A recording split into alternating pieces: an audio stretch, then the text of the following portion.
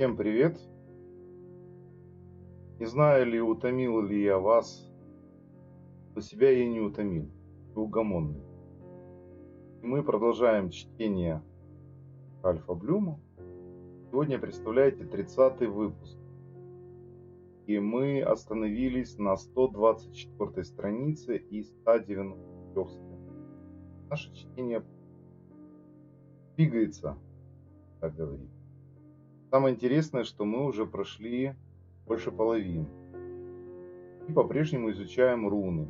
Напомню, что руны мы повторяем, изучаем, как проходим в некотором смысле знакомство и даже где-то повторную активацию. Ну, если хотите, так. Проходим повторную активацию рун в порядке, который предложил Ральф Блюм. Напомню, что для начинающих, тех, кто планирует изучать руны, тот порядок, который предлагает Ральф Блюм, лучше воздержаться. Ну, на всякий случай. Это очень тяжелый, потому что идет разнообразие эфиров, они разную скачкообразную энергетику и порой могут быть непредсказуемые. Лучше сделать так, чтобы вы последовательно набирали мощность, энергию, когда проходите по футару. Но Ральф Блюм написал книгу, у него такой порядок, а мы читаем книгу подряд, а не выборочно. И берем с этой книги ключ. Естественно, что чтение с комментариями.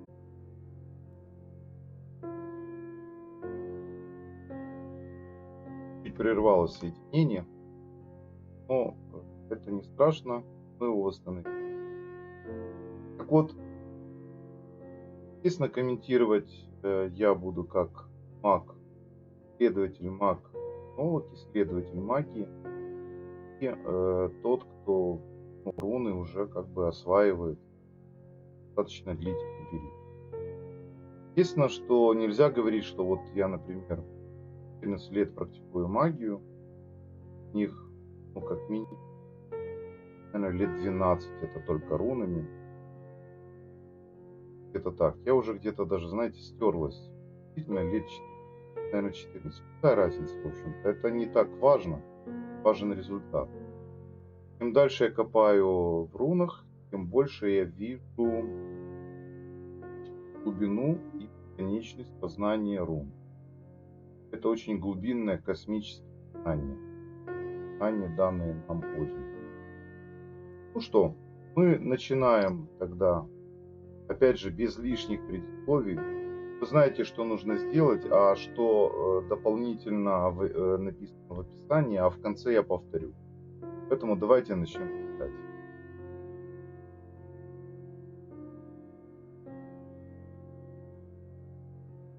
Вот так выглядит руна Наутис.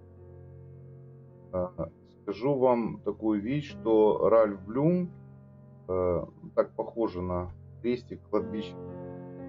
И название у него соответственно он их назвал: нужда, принуждение, страдания. Наверное, это у него такая где-то ассоциация. Что интересно, нигде я в книге Ральфа Блюма не нашел объяснений, почему он руну Наутис, эта руна необратимая, трактует прямой и перевернутый. Все остальные необратимые руны он трактует, одна трактовка есть, нету перевернутой руны. А почему-то Наутис он трактует прямую и перевернутую. Естественно, мы с вами разберем трактовку Блюма и перевернутую, ну и познакомимся с этим. Добрый вечер, Алекс. Скажу так, что в некоторых диагностических раскладах я трактую руны и прямые, и перевернутые в силу того, что я понимаю не саму перевернутость плашечки, прямую плашечку, а я их понимаю как активные или неактивные энергии, расписанные по руническим. Разбирая аспекты, есть такой аспект, что в рунах есть активность или неактивность. Ну, точно так же, как есть зеркальность, то бишь транспарентность, как я ее называю, непроявленность. Соответственно, при непроявленности есть и неактивность. Иными словами, зеркальная руна перевернута, если хотите так. И некоторые эксперименты с зеркальными рунами, то есть транспарентными, показывают отменные результаты. Но они более сложны в изучении, в трактовке, в понимании. Но они очень важны при составлении рунических вязей в силу того, что если вы делаете симметричную вязь или симметричный став рунический, то зеркальность рун иногда проявляется в руническом ставе, особенно в сложных гальдры ставов, потому что, по сути, можно гальдр став сделать по принципу Калаврата или по принципу определенной фигуры. Кстати, ставы можно делать на основе определенной руны, гальдер ставы на определенные руны и добавлять определенные формулы. Это довольно сложные, тяжелые программы, которые требуют тщательной проработки и прорабатываются определенными узлами. Я вам хочу сказать, что в таких вот случаях, когда есть много завязанных рун, появляется зеркальность. Когда она не используется в активации рун, но она создает определенную зеркальность. И, маг-рунолог, рунический маг, он должен учитывать и эти все энергии. Энергии, даже те, которые не оговариваются, например, порунно, не активируются, как бы игнорируются, но они присутствуют в взаимосвязи, и они оказывают косвенное влияние. Поэтому, разрабатывая рунический став и более гальдер став, сложные такие вязаные программируемые системы, просматриваются все абсолютно варианты прописания всех вариантов рун, и прямые, и перевернутые, любые проявленные.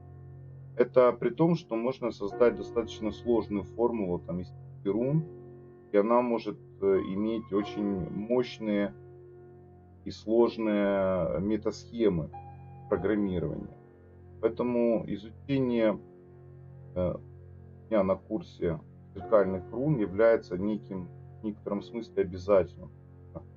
На 4-м этапе рунические вязи без знаний транспарентных рун, ну, просто будем плавать, потому что мы изучаем систему, какие виды ставов, систему ставов, что-то, как вяжутся ставы, по какой системе, какой порядок и так далее.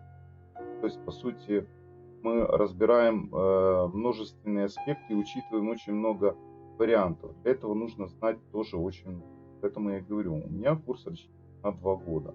Я не знаю, как некоторые практики дают за 3 или там за 6 месяцев знания по рунам. Я просто не знаю, как. У меня не так. Я не смогу дать за полгода тот объем глубоких знаний, которые у меня. Это так. Я не в плане критики, а в плане того, что если вы стоите перед выбором, куда пойти учиться, то подумайте, могут ли дать знания месячные даже курс в сравнении с годичным. Это так. Это вот пусть вам будет. Подумайте. Ну, мы начинаем читать. Как всегда, мы рассмотрим перед чтением, мы рассмотрим Ева Игдрасиль и посмотрим, что руна Наутис, она соединяет мир Альфхейм и Ванхейм. Символ мира Альфхейм является руна Савильо. Ну, Ванхейм это ингус. Нам еще предстоит ее изучить, как познакомиться в чтении. Но если мы рассмотрим таким образом, что Савильо это как некая энергия, которая создает потребность, то есть потребляет энергию, да, то эта энергия превращается в какой-то плод или результат. Иными словами, лампочка не горит, пока вы ее не включите. Что питает лампочку? Энергия. Но потребляет энергию лампочка, поэтому нужно включить потребитель. Для того, чтобы был какой результат? Появился свет. Правильно? А ведь нужно не сам процесс потребления, а нам нужно результат. Вот так вот, знаете, в двух словах описание руны наутиз. На самом деле не все так просто. И я рассматриваю эту руну в определенном смысле как бы с двойным дном, если так можно сказать. Один момент — это то, о чем пишет Ральф Блюм, и многие практики описывают руну наутиз как нужда, принуждение, даже страдание, потому что когда принуждает, это подавление воли. А другая сторона руны — это потребность или необходимость. Вот здесь вот две стороны, которые являются определенным краеугольным камнем в основном во всех наших того, что недостает нам. Да? Я еще называю это руна «хочу». Наше «хочу» определяет наш быт жизни. Если наше «хочу» превозмогает наши возможности, то, конечно, мы будем страдать. Если же наши возможности и наши «хочу» совпадают, то есть мы имеем достаточность, необходимость, и мы удовлетворяемся потребностью того, что нам надо, то есть мы снижаем потенциал энергии и желаний, аутисты в определенном смысле, то тогда человек развивается более стабильно. Это не говорит о каких-то ограничениях. Ограничения в первую очередь в силу того, что мы завышаем потенциал «хочу», не замечая наш потенциал возможностей. Потому что мы зачастую впереди паровоза рубильник или регулятор «хочу» увеличиваем больше, чем возможность. Нужно сначала увеличить возможность, а потом потихонечку подтянуть «хочу», чтобы они были на одном уровне. Но у большинства людей «хочу» идет впереди. Поэтому в некоторых случаях люди и делают такие глупые вещи, как берут кредит, берут ипотеки, берут в долг или расточают на свое «хочу», забывая о возможностях, о тех возможностях, которые есть, о том необходимом, которое необходимо. Поэтому руна наутиз нас в первую очередь может научить тому, чтобы мы соизмеряли свою возможность со своим желанием. Когда у нас понятие нужды, принуждения и страдания, как правило, не бывает, если это регулировать. Повторюсь, наращиваем сначала возможности, увеличиваем свой энергетический потенциал, иными словами, увеличиваем свою результативность, плодовитость, только потом свое «хочу» подтягиваем к этому. Это и есть мудрый и рациональный подход к прохождению своей жизни, мудрости и в достатке, самое главное. Вот это вот такой вот механизм или, если хотите, секрет, который не является секретом, а он лежит на поверхности. Те люди, которые живут в достатке, они, как правило, пользуются этим механизмом. Сначала наращивают возможности, а потом свое «хочу». Бедные люди, как правило, делают наоборот. Сначала «хочу», а потом под свое «хочу» подтягивают возможности. Немножко не так. Первый абзац. Необходимость научиться иметь дело с жестким принуждением. Вот урок, который преподносит наутиз. Эта руна демонстрирует нам, как те перепоны, которые мы создаем сами себе, то есть препятствия, мы создаем сами себе, так и те, которые исходят из внешнего мира.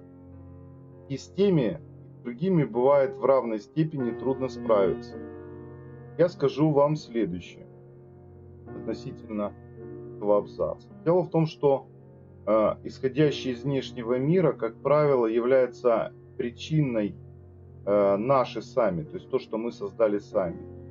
Создали завязки, выстроили неправильные отношения, где-то допустили те вещи, которые привели, что внешний мир так, да, навязывает нам или создает нам проблему. Почему? Потому что во всем, в основе всего, существует энергия. Если мы заложили потенциал или возможность проявления энергии со стороны мира, со стороны других людей, которая нас принуждает или заставляет, то мы сами допустили эти все моменты. Если вы покопаетесь в своем прошлом для извлечения урока, то вы поймете, что те препятствия, которые исходят из внешнего мира, это, как правило, то, что вы сами допустили изначально. Искать врага вовне нет смысла, потому что во всем вы сами создали, сами виноваты, знаете. Тут очень важный момент найти эту грань не обвинения, а понимания. Потому что в магии понимание это и есть магический акт. И понимание это самый главный момент наших трудностей. Потому что когда мы совершаем какие-то ошибки, естественно, попадаем под какое-то принуждение или давление, то в первую очередь нужно задать вопрос, какой урок я могу извлечь из этого. И тут я согласен с Ральфом Блюмом, который говорит, что этот урок нам преподносит Наутиз, этот урок, который придавливает нас, при котором мы ищем выход, ищем понимание, не ищем виноватых. Наутиз учит не искать виноватых, а учит находить ответы на ту ситуацию, которая возникла. Это очень активный момент познания и мудрости, становления. Это очень результативно, как потом окажется, при должном приложении определенной энергии. Задача Наутиз заключается в идентификации вашей тени, вашей области тьмы или подавления, то есть участка приостановки развития, следствием которой оказывается слабость, часто проецируемая нами на окружающих. Это то, о чем я говорил, что мы иногда свои слабости или какие-то проблемы проецируем на окружающих, мы ищем виноватых. Это тупиковый путь развития. Потому что каждый виноват в своих страданиях сам. И других людей, которые создали вам страдания, нет, только вы сами. Это ваша реакция, ни более, ни менее. Почему Ральф Блюм впервые обращает внимание, намекает на область тьмы или подавления? Что такое тьма? Тьма – это неизведанное, то, что в темноте. Я люблю приводить такой пример с фонарем поздним вечером. Обратите внимание, вы из темноты свет видите? Безусловно. И вы можете различить, где освещено все очертания. А теперь попробуйте, стоя под фонарем, различить очертания тьмы и очертания тени, ночной тени. Правда? Я даже не буду это комментировать. Все поняли. Так вот, когда мы стоим в свете, освещенности или того, что мы уже знаем, что нам известно, мы находимся в неком ореоле знакомого, того, что нас окружает, то есть то, что нам знакомо, то, что нам понятно. А то, что находится в темноте, в силу того, что мы ослеплены этим светом, ослеплены тем, что у нас есть, мы не видим то, что в темноте. Темнота, или, как говорят, неизвестность, она нас пугает. Поэтому, когда мы пытаемся осветить темные стороны нашей жизни, или пытаемся распознать то, что является темным, а не перекладываем ответственность на других, берем ответственность за свою жизнь на себя, и разбираемся в том, в чем мы страдаем, или в тех препятствиях, которые у нас есть, разбираемся, и это и есть изучение тьмы. Два слова хочу сказать о таком распространенном понятии, как белая и черная магия. Ну и другого цвета, там, серая, красная, зеленая. Перечислять. В основном все боятся, черное это плохо, белое это хорошо. На самом деле в мире существует баланс темного и светлого. А вот черная или темная магия и светлая магия, хорошая магия, белая магия, их противоставляют как нечто доброе и злое. Это не совсем точно. Это неправильно говорить. Потому что черная магия, если ее так можно назвать, это не что иное, как неизведанная магия. Я вам хочу сказать, что многие, кто не знают руны, для них это черная магия. Точно так же, как то, что известно уже, это белая магия. На самом деле это все человеческая дуальность, разделение на добро и зло, из-за ленности. Потому что то, что известно, это белое, понятно, то белое, а темное это зло. Все области магии, они исследуют законы природы. Это точно так же, как говорить, что сильный ураган это плохо. Конечно, плохо, он разрушает то, что человек построил, там торнадо. Но для природы это все является естественным. Наводнение является естественным, проливные дожди градом являются естественными. И многие стихийные вещи, планетарные, они являются естественными. А для человека он называет это злом, это вредитель. То, что... Но он с этим ничего не может сделать. Это только потому, что человек не дружит с природой, не изучает ее закон, не понимает природу и не хочет понимать, а хочет потреблять. А это законы энергии. Все просто. Все намного проще, не надо усложнять. Возвращаясь к пониманию черной и белой магии, или, как я говорю, светлого познанного и темного непознанного, это не что иное, как области магии, неизведанные области. А вот если человек начинает говорить, я темный маг или я черный маг, нет, это человек дурак. Знаете почему дурак? Он сам по себе, у него внутри живет зло. Точно так же, как в ком-то живет чрезмерное количество добра. И тот человек находится не в равновесии. Потому что нету доброго и злого в абсолютном понимании. Понимаете? Нету. Это все субъективное мнение, которое выведено в определенные клише. Вот эти вот запугивания обывателей, я черный маг, я вам сейчас тут делаю, это все не что иное, как примитивное незнание реальной магии.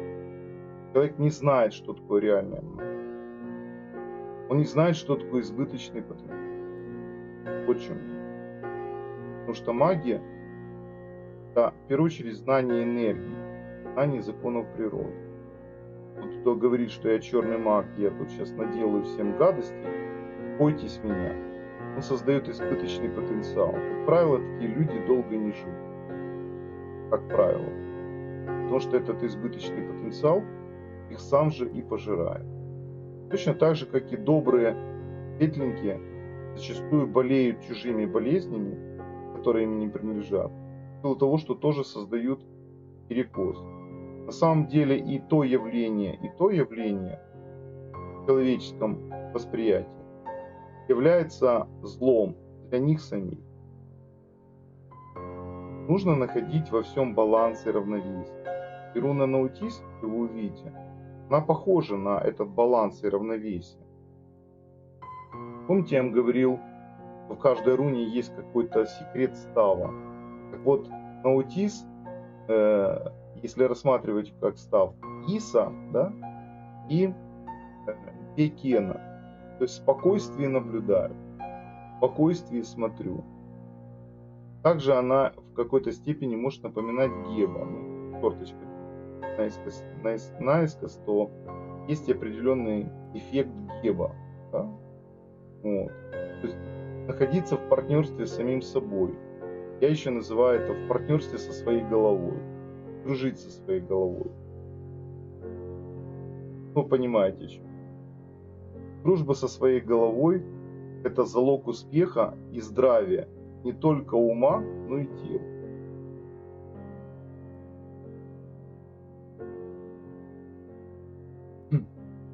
Не следует воспринимать этот мир субъективно, говорит Наутис. Работайте с тенью. Задумайтесь над тем, что есть в вашей натуре такого, что притягивает в вашу жизнь трудности и неудачи. Потому что мы сеем? Напомню, что руна Наутис находится во втором этире. Она символизирует мир Йотунхейм. Это мир мысли, мир знаний, мудрости, древней мудрости. И в Наутизе мы можем найти тот баланс мудрости, который нам не хватает. Так, тоже есть над чем подумать. Мы являемся, второй этир – это закон привлечения. Поэтому мы привлекаем в свою жизнь то, чем мы вибрируем. Если мы вибрируем коричневым и вонючим, фекальным, то мы это привлекаем в свою жизнь. Если мы вибрируем позитивной эмоцией, даже эмоцией, мы полны надежды, целеустремленны, мы мечтательны, стремимся к своей мечте и реализуем, то мы это неизменно притягиваем, потому что мечты сбываются. Притом все. Осторожно, мечты сбываются. Желаете себе плохого, осторожно, мечты сбываются. Все мечты сбываются, все слова сбываются. Ваша внутренняя вибрация, она притягивает то, чем вы вибрируете. Если вы вибрируете злом, ненавистью и тому подобное, и вы такой весь из себя черный маг, то вы себе это и привлекаете. И можете ставить защиты сколько угодно, законы Вселенной, они беспристрастны. Им не важен ваш цвет. Не важен ваш. Будьте разумны, будьте равновесны. Пусть в вас пребывает равновесие, в первую очередь. Пусть Наутис научит вас мудрости. Быть в равновесии.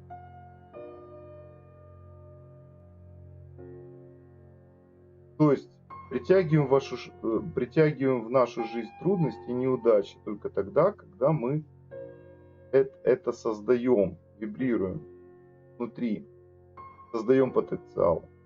Когда же, наконец, вы сможете с улыбкой бросить взгляд на руну принуждения, вы осознаете, что все неприятности, отказы, жизненные неудачи – суть ваши наставники, поводыри и союзники.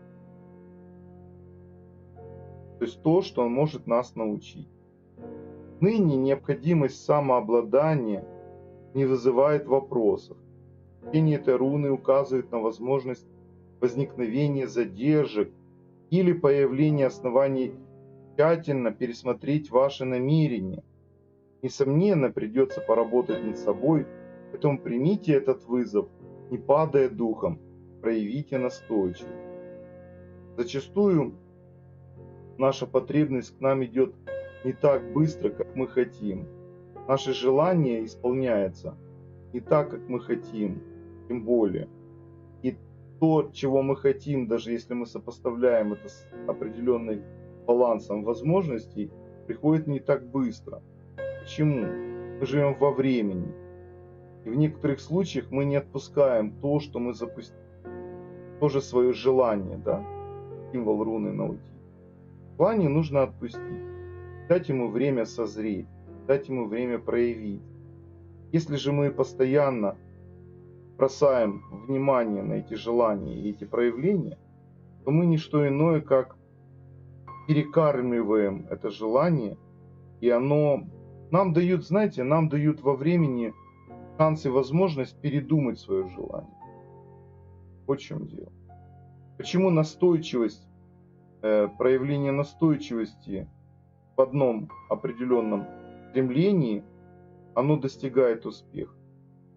Потому что мы ветрены в своих желаниях. Сегодня как дети. Сегодня хочу красную тятьку, завтра белую тятьку, там, зеленую тятьку, все, что яркое, все, что нас привлекает, как детей наивных. Но если мы ведемся за телом, то да, мы дети, потому что каждое воплощение мы получаем тело, которое не знает памяти прошлых воплощений. Поэтому и есть такой призыв: руководствуйтесь духом. То есть, когда мы ведомы духом, нашим духом, не каким-то там духом, там, святым, каким-то другим духом, а нашим духом, то мы обязательно помним или вспоминаем то, что было в прошлых воплощениях. И эта мудрость через наутизм принудительно дает нам опыт и понимание, как нам следует поступать для того, чтобы пройти максимально меньшими препятствиями нашу жизнь, наше развитие. Настает время рассчитываться по старым долгам, восстановить, если не гармонию, то по крайней мере баланс. И так исправляйте, восстанавливайте, компенсируйте. Когда рыбаки не могут выйти в море, они чинят свои сети. Позвольте вынужденным промедлением послужить делу улучшения взаимоотношений с вашим «я». Помните, что прогрессу должна предшествовать ректификация, упорядоченность. Как всегда, задумайтесь о полезных сторонах неприятностей. Я бы еще добавил здесь ко всему этому такой момент, что зачастую, когда мы нечто ожидаем, мы никогда не задаем себе вопрос, не вопрос, а даже такое представление. Вот хорошо, представим, что это уже случилось. Что я буду делать в данный момент, когда я узнаю то, к чему я стремился, или чего я хотел, я получил. Вы знаете, как правило, когда мы получаем наши заветные желания, нету эмоций. И это, кстати, очень хорошая проверка относительно наших желаний на стойкость. Наши ли эти желания? Если мы для себя представляем, что когда мы получим это желание, мы будем плясать, прыгать, или там радоваться, или там всем растрындим от счастья, да, а потом будем говорить, почему нам завидуют. Вот. Если мы готовимся к какой-то эмоциональному всплеску, получая к этому, то это желание еще далеко не созрело. Созревшее желание приходит в безмолвии, неожиданно. Более того, на созревшее желание, проявленное желание, у вас нет никаких эмоций. Спрашивают: ну ты не радуйся, ты же хотел так. Дело в том, что созревшее желание, созревшая мечта, она становится естественной. Понимаете? Вы же не радуетесь, что, например, там у вас есть какой-то предмет, который вы там купили когда-то. Он является естественным для вас. Он является неотъемлемой частью вас. Например, тот же телефон, которым вы пользуетесь. Я к примеру говорю. Или какой-то бытовой момент. Ну, примеров можно привести в материальном плане очень много. Власть. Да. У вас есть это. Нет эмоций. Нет, прошли они. Так вот, когда сбываются мечты, когда мечта должна сбыться, у вас не должно быть никаких эмоций. Это значит, что плод созрел. Это значит, что это то, что должно быть. Это значит то, что становится естественно вашим. Маги знают этот секрет, поэтому они стараются отпустить свои желания и стремления, чтобы они проявились как необходимость, как потребность, а не как хочу. Приоткрыл вам маленький секрет. Руна Наутис этому научил.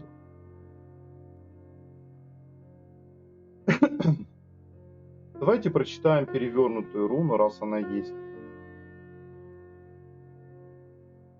Что Блюм говорит нам о ней.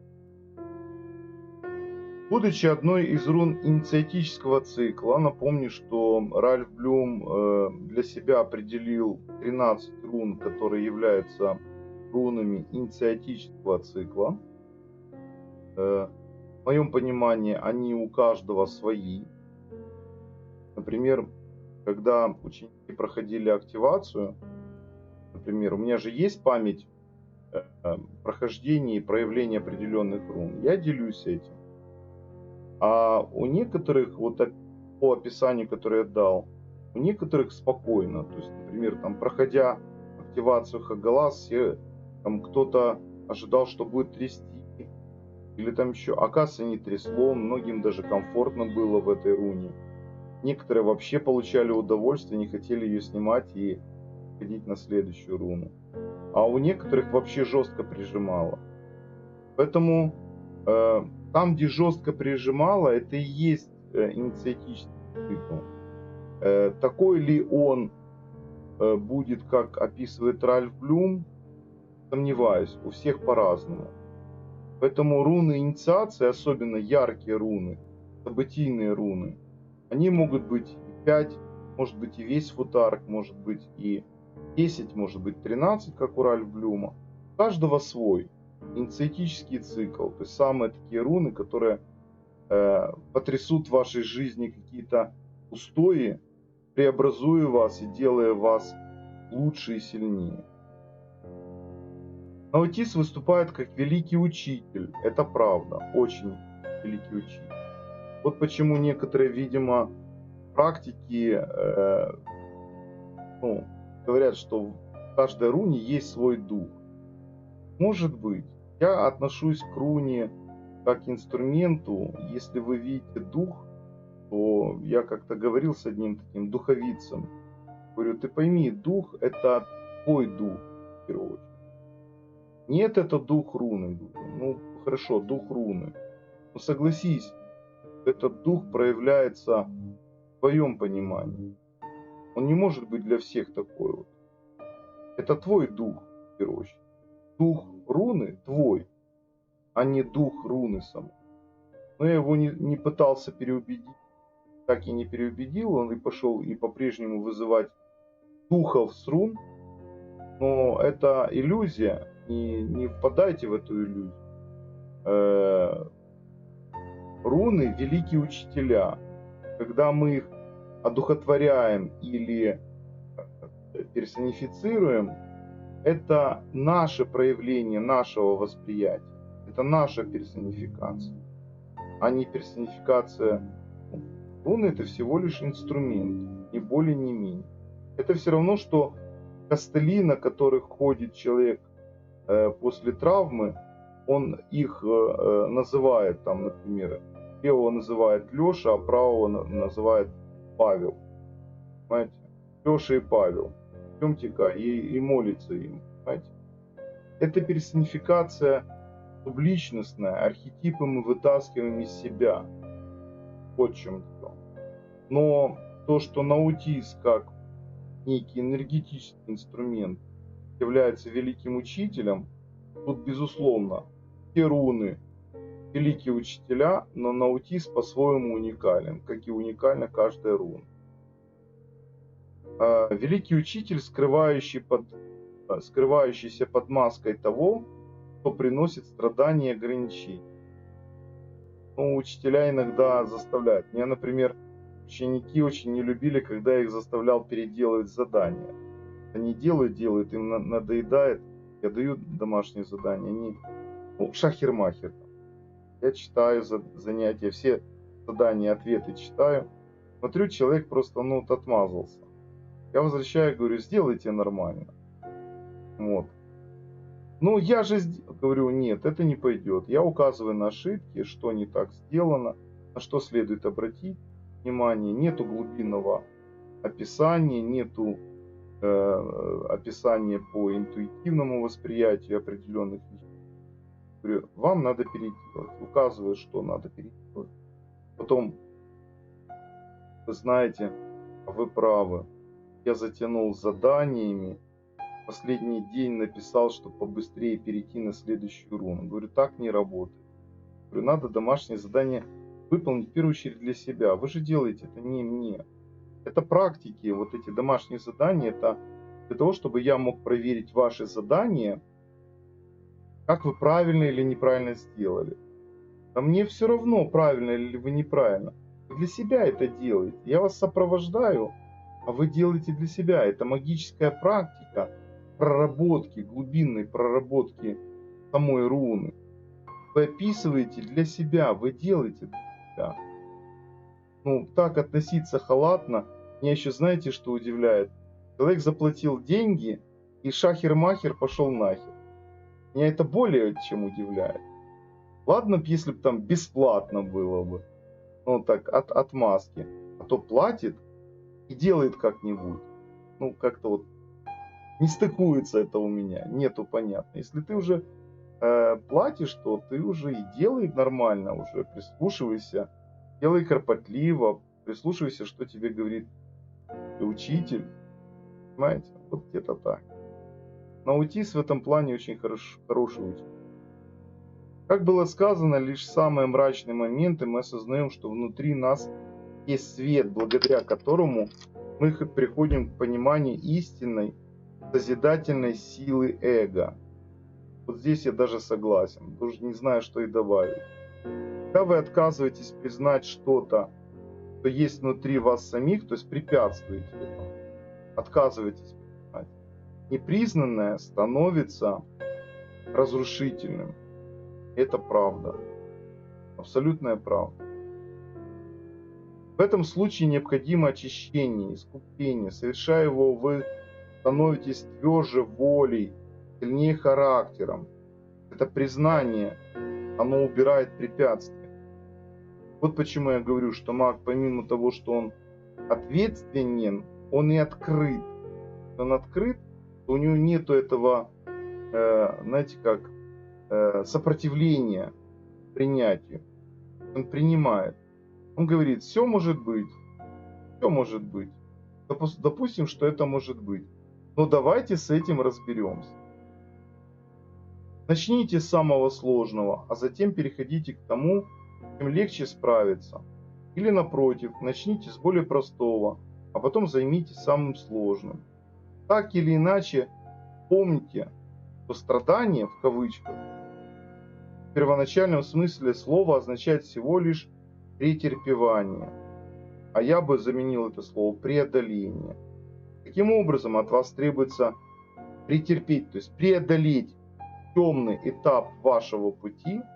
А темный это значит осветить его своим прохождением. То есть получить опыт, пройдя через темный этап, получить опыт, чтобы выйти к свету, будем так говорить. Темный этап вашего пути и вынести полученный опыт на свет. Вот. Это так. Обуздывать свой гнев, сдерживать свои порывы, сохранять твердость веры, то есть сохранять равновесие, я проще говорю. Вот какова сейчас ваша задача. Не насильно сдерживать, а научиться этим управлять, быть в равновесии. Сдержанность и хорошее настроение, я бы сказал, равновесие, хорошее настроение, вот что важнее всего в столь сложный период. И я вам хочу сказать, я не жалею, что я начал читать эту книгу. Она мне нравится, она настолько созвучна со мной. Я много ключиков взял из этой книги Ральфа Блюма. Я очень верю, что и она вам созвучна, и она точно так же вам дает те ключики, которые вам не достают в вашей жизни. Как всегда, как всегда, как всегда, я напоминаю, что кто не подписан, но смотрит это видео, может подписаться, поставить все уведомления, потому что будет снова выпуск, и он будет завтра. Мы с вами разберем руну Ингус, очень интересную руну. Мы уже несколько на Урус, на Керт. Сегодня мы упоминали символично название Ингус как символ мира в Анхи. У нас в 18:00 будет встреча. Ссылка в описании, как зайти на обучение. И помните, я говорил, что я планирую провести вебинар и рассказать, как открыть, что происходит обучение, как проходит обучение на курсе «Руническая биоэнергетика». Он запланирован в эту субботу в 19:30, примерно около часа. Я буду рассказывать о курсе и открывать некоторые сакральные вещи, о которых знают ученики, но не знают те, кто еще не решился зайти на обучение. Всех вам благ, всего доброго, до встречи, до свидания.